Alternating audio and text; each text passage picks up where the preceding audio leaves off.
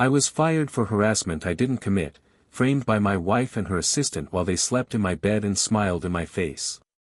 The VP's office was too quiet the morning they called me in. I'd worked there for almost a decade, finance lead for a mid-sized tech firm in Houston. Never once had a write-up. Never once showed up late. That day, Harold, the VP, didn't offer coffee or eye contact. Just slid a manila folder across his desk like it was soaked in something foul. Inside were printed emails, messages I'd supposedly sent to junior staff. Inappropriate jokes. Innuendo. Condescending remarks. All with my name, my timestamps, my signature. I stared at them, then looked up. This isn't real. I never wrote these.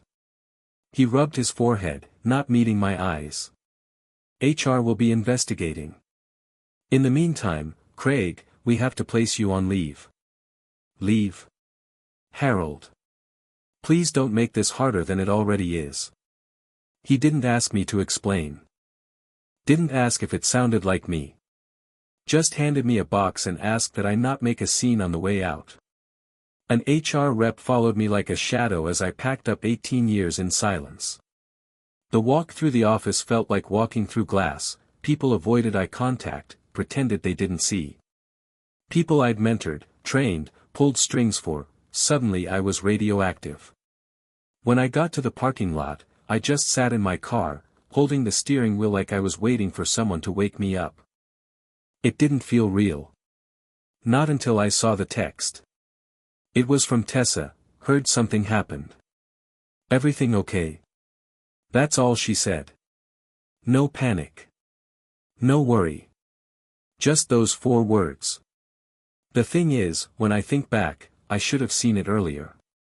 A month before, she'd taken a promotion at her consulting firm. She'd come home all lit up about her new assistant, Adam. Said he was sharp, hungry, great under pressure. I met him once, in the parking lot when I dropped off lunch for her. He was polite, firm handshake, teeth too white. Something about him felt rehearsed. Like he was auditioning for something. I chalked it up to youth. Then I saw them together at her office's holiday party. She introduced me with a laugh, Craig, my husband, like I was someone she barely remembered dating in college. Adam gave me a look that stuck with me. Not smug, just certain. Like he'd already replaced me and didn't think I was smart enough to notice. Back then, I ignored it. Because you don't want to believe your wife is slipping away. You don't want to believe she's lying. You tell yourself she's tired. Stressed. Busy.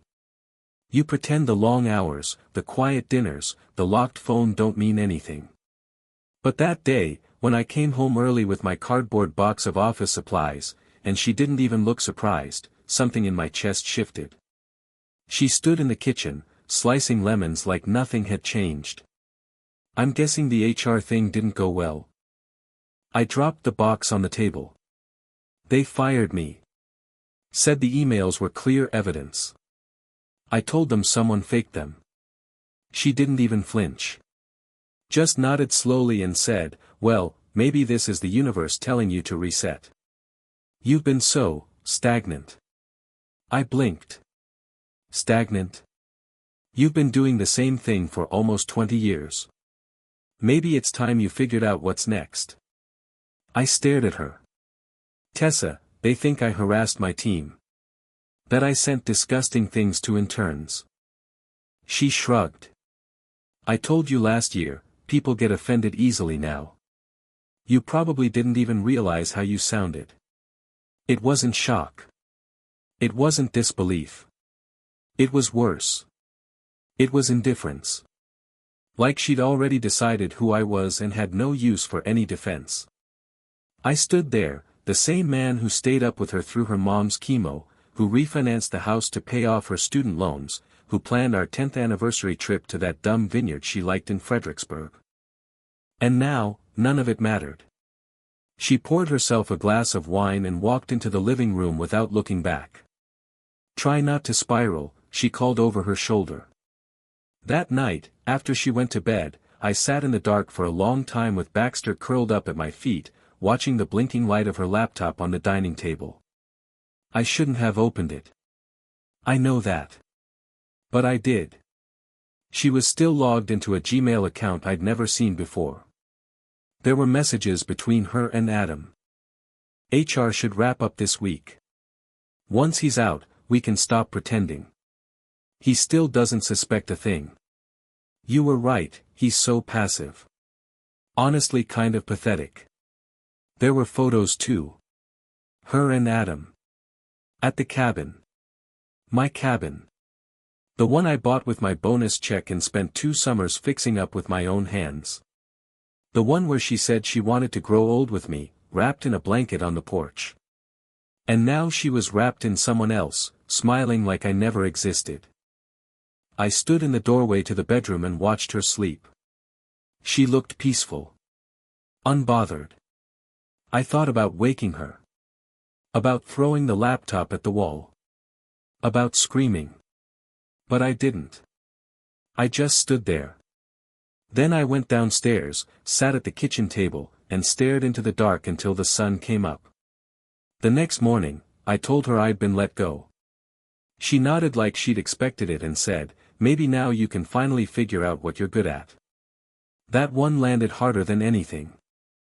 Like I was just some failed draft pick she'd held on to too long. I stopped arguing. Stopped explaining. Let them tell their story, how I was toxic, outdated, replaceable. I didn't try to defend myself to the neighbors who stopped saying hello, or the old coworkers who ghosted me. I let Adam move into my shadow, wear my life like a borrowed coat. I even smiled when Tessa brought him to a backyard barbecue 2 weeks later, introducing him as someone who's been such a support lately. I didn't lash out. Didn't make a scene. Because they thought I was weak. Predictable. Defeated. Let them think they'd won. I needed them comfortable. Predictable. That's how you break people who think they're untouchable. After I lost the job, I didn't yell. I didn't throw a fit or pack a bag or demand she explain herself. I stayed in the house like nothing had changed. I got up early. I fed the dog. I trimmed the hedges and ran the dishwasher and did all the little things that made it easy for her to pretend I'd accepted it. She didn't ask questions. She thought I'd gone numb. That I was in denial. But I wasn't. I was watching. And every night, after she laughed with Adam behind the closed office door or came home late smelling like cheap cologne that wasn't mine, I'd slip into the study, open my laptop, and quietly add another row to the spreadsheet. A name. A date. A short description. Just a note. Just a record. Quiet progress. The hardest part was how normal she tried to act. Like this wasn't betrayal, just a course correction. Like she'd upgraded her life and I was the old software she had to phase out. She still smiled when she needed something. Still asked me to pick up groceries. Still said thank you when I made dinner. She thought I was folding. But I was collecting, building something out of every careless mistake they made while they assumed I was finished. Adam started coming around more. He didn't even knock anymore. Just walked in and helped himself to our coffee. One morning, I found him in my garage, digging through the toolbox. He said he needed a wrench to fix a bracket on her desk. I said nothing, just watched him pick up a tool I'd bought with my first bonus check and wave it around like he owned the place. When he left, I wrote down the time, what he said, and what he took. That's the thing about people like him, they don't hide well. They perform. They overshare. They assume you're too dull to pay attention. Later that week, I was out front cutting the hedges when he strolled up with that stupid grin he always wore. He leaned on the porch rail like we were old friends and crossed his arms like he was giving me a pep talk. "Hey man," he said. "Just wanted to say, I respect how you're handling everything. Most guys would've, freaked out by now." I didn't stop trimming. Everything. He smirked. The job. Tessa. All of it. Not an easy time. But you're taking it on the chin. Respect. I glanced at him, then back at the hedge. You know what they say, plants grow back stronger after you cut them down. He blinked, then smiled like he didn't quite get it but wanted to pretend he did. No hard feelings, right? I paused, clipped one last branch, then turned toward him slowly. Not yet. He laughed like it was a joke. That's what I like about you, man. Chill. I watched him walk back inside. Then I pulled out my phone and added the quote to the spreadsheet, word for word. Tessa barely even flinched anymore when he came over. She used to make excuses, pretend it was work-related, but now they didn't bother. She knew I wasn't confronting her. Knew I wasn't going to put up a fight. That made her comfortable, and comfort makes people sloppy. She left her laptop open sometimes. Let phone calls go to speaker. I never had to dig. I just had to be in the room. One afternoon, she stood in front of the hallway mirror, trying on a navy dress that cut at the waist. She adjusted the straps, twisted her hair, and said, "Big client gala next month.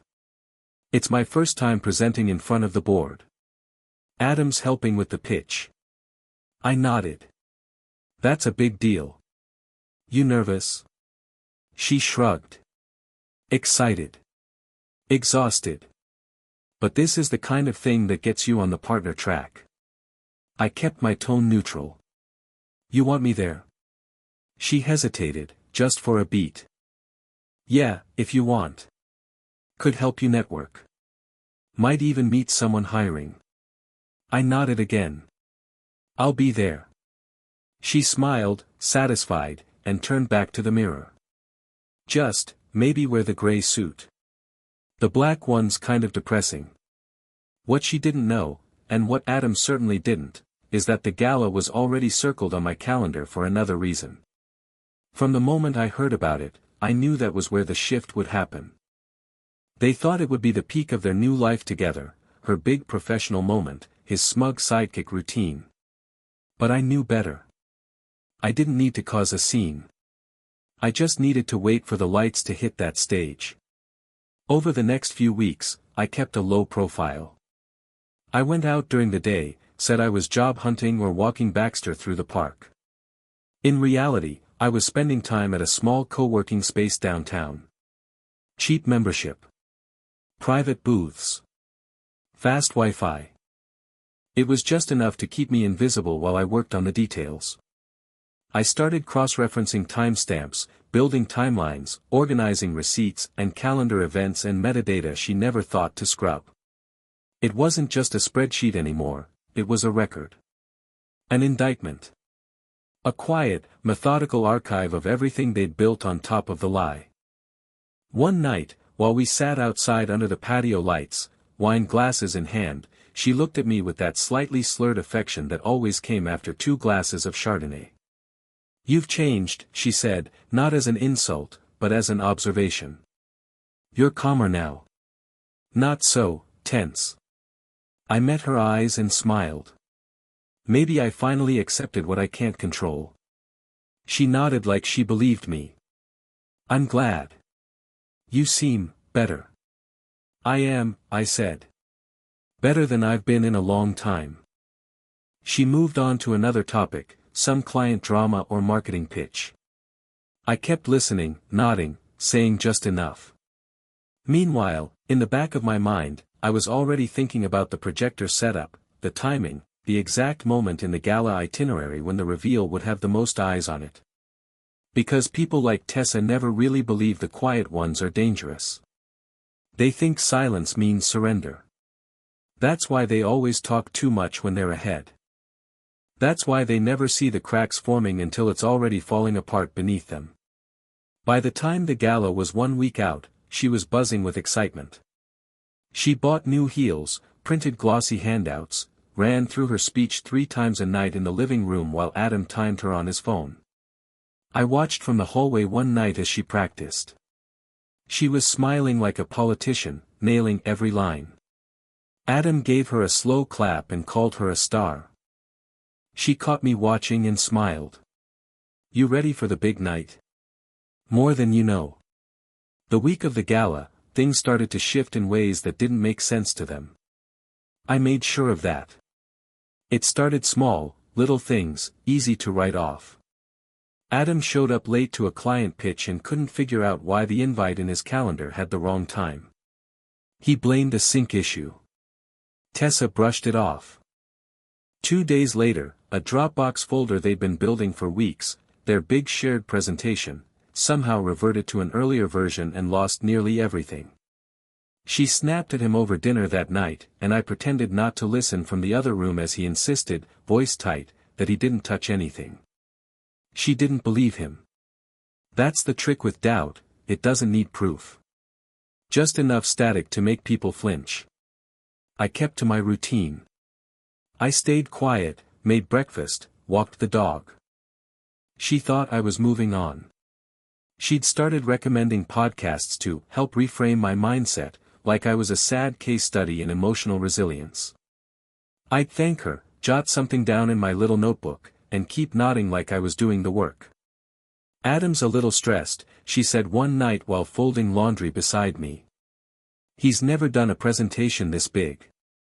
I told him not to overthink it, but you know how he is, gets in his own head. Yeah, I said. I've noticed. She laughed. What's that supposed to mean? I shrugged. He likes control. Probably doesn't enjoy surprises. That made her pause for a second. Just long enough. Then she moved on. The day before the gala, their mood changed. Adam came by early in the morning, earlier than usual. He didn't greet me. Didn't make eye contact. I was making eggs when he walked in, and he went straight to the office without a word. Tessa followed, carrying her laptop and mumbling something about final edits. I didn't ask. I didn't need to. Because that morning, at 3:12 a.m., I'd sent a single file, one single video, to a cloud storage account synced with the event venue's media system. No password. No label. Just a timestamp and a trigger. That was the final piece. And all I had to do now was smile. Later that afternoon, I stepped outside to water the backyard plants. I saw Adam standing at the far end of the fence, pacing with his phone pressed to his ear, voice raised just enough to catch phrases, I told you we backed it up, and, why is it missing, and, no, I didn't touch the damn sharing permissions. I turned the hose off and went back inside. On the counter, I left a small post-it note with an old Dropbox recovery code I'd pulled from their account log. I didn't say a word about it. Just left it in plain sight, where she'd assume Adam found it and used it. The wrong one, of course. That night, the mood in the house was off. She wasn't smiling. He wasn't laughing. She snapped at him about formatting. He rolled his eyes. They'd started to fray around the edges. It didn't matter if they got the files back, they were distracted now. Second-guessing each other. Losing the thread. Everything okay with you two? I asked while setting down their dinner plates, rosemary chicken, perfectly cooked. She blinked, surprised I was still in the room. Yeah. Just, tight schedule. Too many moving parts. Adam didn't look up. Just muttered something under his breath and kept scrolling on his phone. I've been there, I said, pulling out a chair across from them. When pressure builds like that, it's easy to start blaming the wrong people. She looked at me sharply for a second, as if trying to read between the lines. I just smiled and took a bite of my food. Anyway, I said, wiping my mouth. I'll stay out of your way tomorrow. Don't want to be a distraction. She forced a smile. You're not a distraction, Craig. Adam, meanwhile, finally looked at me. You'll be there though, right? I looked him dead in the eye. Wouldn't miss it. That was the last thing I said to him before the gala. And I could tell it unsettled him. Because something had shifted in me, something subtle. My posture. My tone. The way I looked at them. The silence wasn't passive anymore. It was loaded.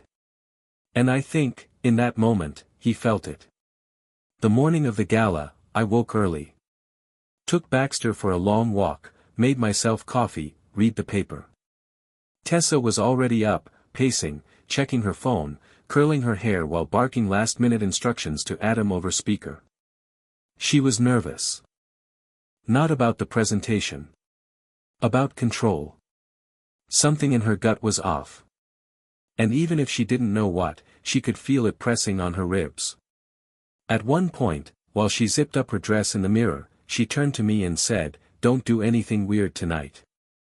Please." I tilted my head. Weird? I mean, don't make it awkward. Just be normal. I really need this night to go well. I walked over, straightened her necklace, and looked her in the eye. I wouldn't dream of taking that from you. She stared at me for a moment, searching for something in my face. She didn't find it. On the ride over, they were quiet. Adam stared at his phone. Tessa kept rechecking her notes, refreshing her email, opening and closing the same 3 apps. They didn't talk to me. I didn't talk to them. When we pulled up to the venue, a glossy downtown hotel ballroom with a line of spotlights outside, they climbed out of the car like royalty. Her dress was tailored to perfection. His tie matched her shoes. They looked like a polished couple ready to conquer the room. They walked 3 steps ahead of me through the lobby. She waved to colleagues. He handed off a USB drive to the AV tech with their slides. I waited near the back, nodding to no one, content to blend in. I didn't need a spotlight. Not tonight. The cocktail hour passed. Small talk. Applause for the sponsors. A plated dinner with stale conversation. I sat alone at a round table with an untouched glass of wine. I watched the room. Watched how she lit up around the investors. Watched how Adam positioned himself in every photo beside her like he belonged. When they finally called her name, she stood tall, walked up to the stage, and smiled like she already owned the place. The lights dimmed. The screen behind her flickered to life. And in that split second, right before the footage rolled, I leaned back in my chair and thought. They built their love on lies. Now it's time everyone saw. The lights dimmed. Her name had just been called. She stood center stage, back straight, smiling for the crowd like this was her coronation, and in her mind, it probably was. They thought it was their night. She thought I was just a quiet prop at table 17. Then the screen behind her flickered. Not the opening slide she rehearsed. Not the logo she'd approved. Just a shaky clip, low lighting, recorded on a phone.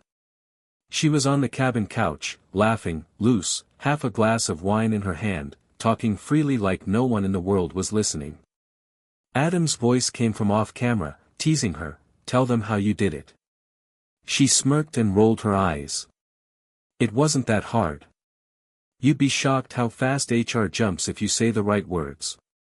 He didn't even fight it. That's what made it believable. The room didn't gasp. Not yet. It was too surreal. People blinked, glanced at each other. She turned to look at the screen. Her smile faltered, just slightly. Honestly, her voice continued, "Craig made it easy. He's so passive. Like wallpaper. I could have told them he was burning down the office and they'd believe it because he never stands up for himself." Now the air changed. Now the silence was heavy. Chairs shifted. Eyes locked on the screen.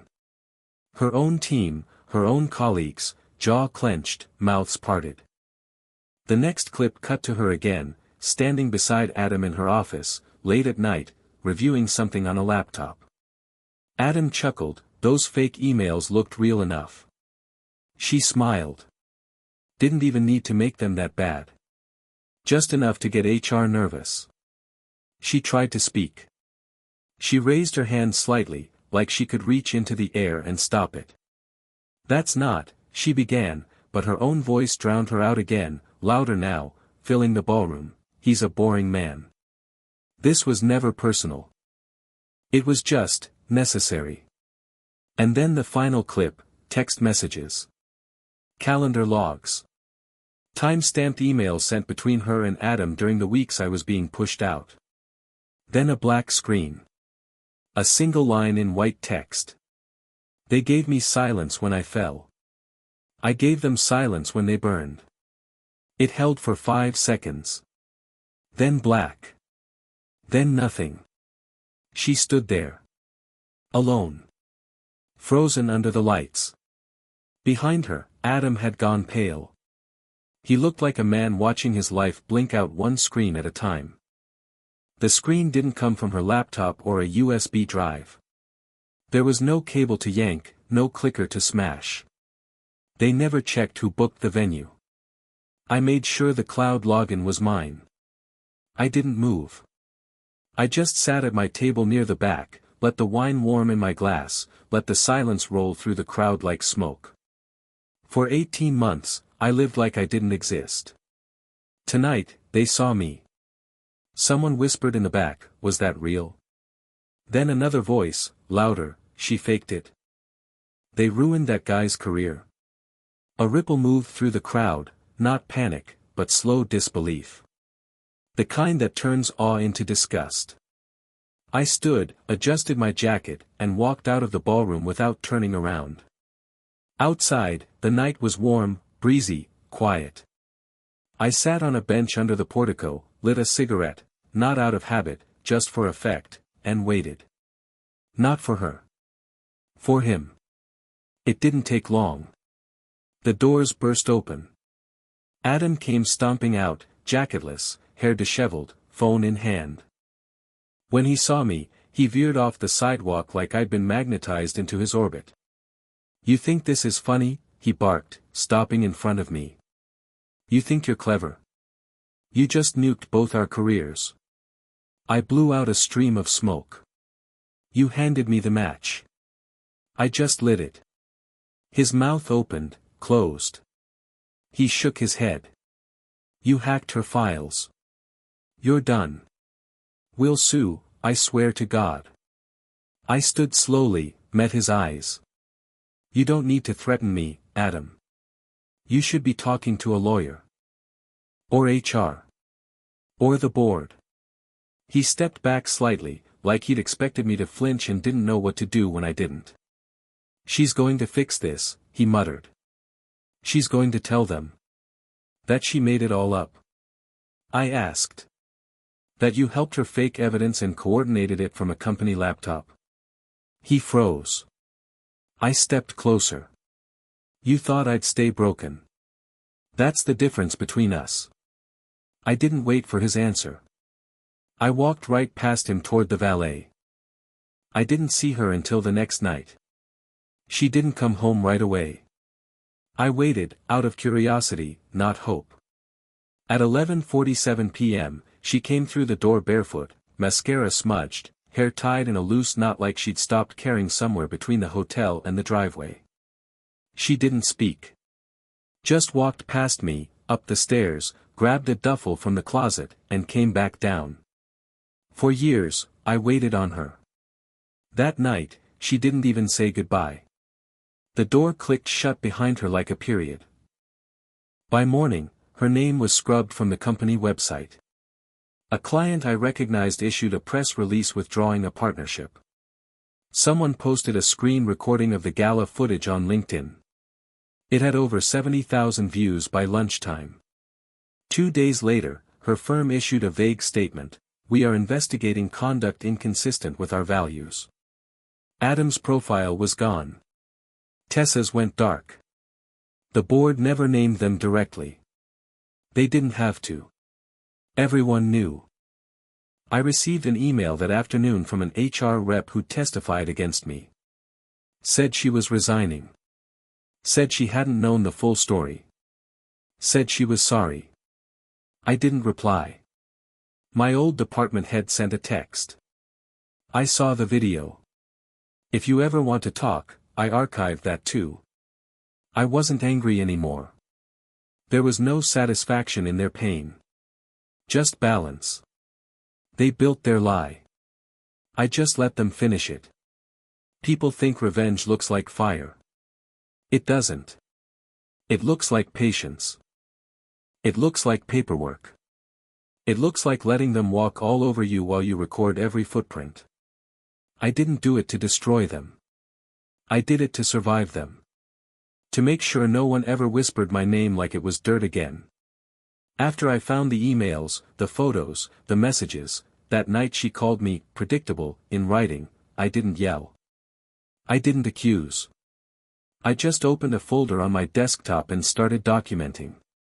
Every calendar entry. Every timestamp. Every late night she swore was for strategy. I logged every file they shared, every accidental voicemail, every keystroke she forgot would back up to the cloud. I didn't hack anything. She set the rules. I just played better. The thing about handling the invisible work is that no one notices when you're the one holding all the keys. I was the one who booked her flights, set up her devices, taught her how to link accounts. She forgot the way people forget about the floor under their feet. When she mentioned the gala venue, the Grand Wind downtown, I knew that would be the moment. Not just because it was public, but because it was perfect. I booked the AV system under her event registration, used the email I'd once helped her create, and uploaded the cut to the cloud the night before. No title. No tags. No local device needed. Just a time trigger embedded in the slideshow cues.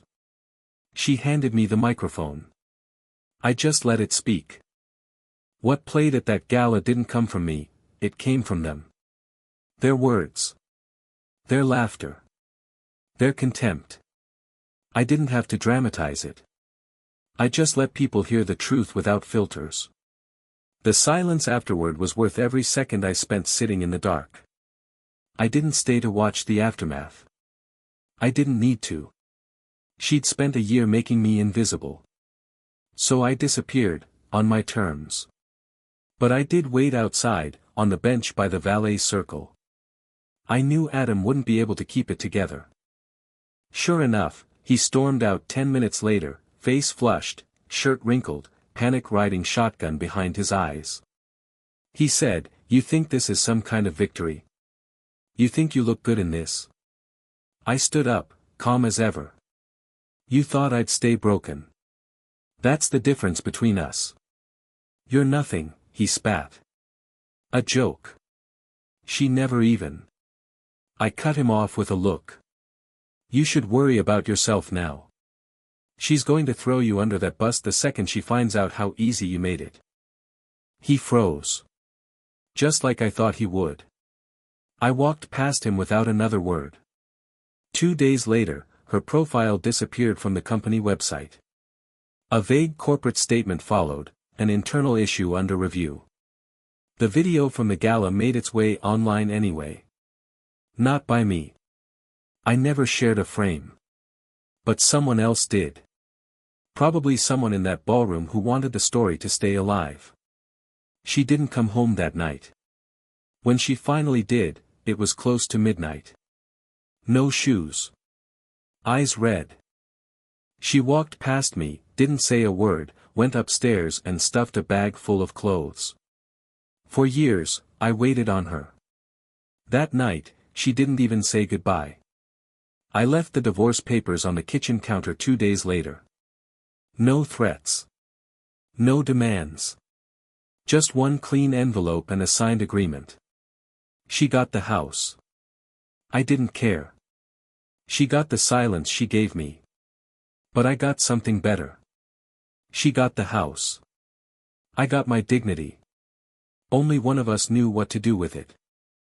Some people said I should have gone public. Taken them both to court. Made it a headline. But I didn't need a spectacle. All I ever wanted was to make sure the story they told wasn't the last word. I didn't need applause. I just needed the silence to end. Now and then, I still get texts. Old coworkers. Even the woman from HR who testified in my exit meeting. She resigned after the gala. Sent me a long apology. I archived it without reading past the first line. My phone doesn't buzz much anymore. And that's fine. I don't chase peace. I just prefer it loud enough to notice when it goes quiet again. They built their love on lies. I didn't tear it down. I just showed everyone what it was made of. They called me boring. Forgettable. Easy to frame. Funny. Those are the ones you should never underestimate.